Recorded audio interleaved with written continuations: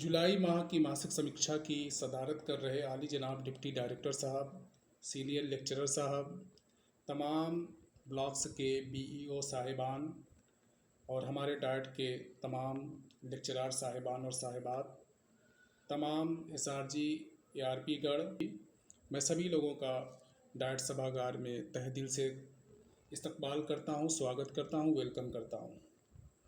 आज मुझे कार्यक्रम शारदा के बारे में चंद बातें अर्ज करनी है। कार्यक्रम शारदा दरअसल 2009 में पार्लियामेंट के ज़रिए पास हुए राइट टू एजुकेशन एक्ट को ज़मीनी सतह पर लागू करने की एक कड़ी है, जिसके तहत तमाम देश के 6 से 14 साल की उम्र के बच्चों को निःशुल्क और अनिवार्य शिक्षा देने का प्रावधान किया गया था।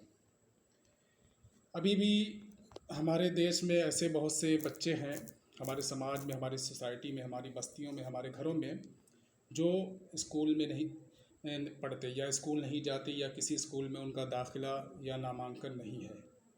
ऐसे बच्चों को आउट ऑफ स्कूल के बच्चों की श्रेणी में रखा गया है। इसके साथ ऐसे बच्चे भी जिनका किसी स्कूल में नामांकन तो हुआ था, लेकिन वो बिना सूचना के 45 दिन या उससे ज़्यादा दिनों से स्कूल में बिना सूचना के गैर हाजिर हैं, अनुपस्थित हैं। तो ऐसे बच्चों का चिन्हीकरण किया जाएगा, उनका पंजीकरण किया जाएगा और फिर उनका नामांकन किया जाएगा।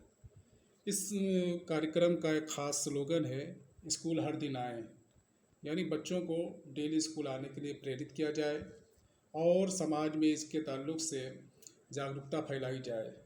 हम एसएमसी मीटिंग, पीटीएम, संकुल मीटिंग्स के अलावा स्थानीय शिक्षकों, समाज सेवियों, समाज सेवी संगठनों, ग्राम प्रधान आदि का सहयोग ले सकते हैं।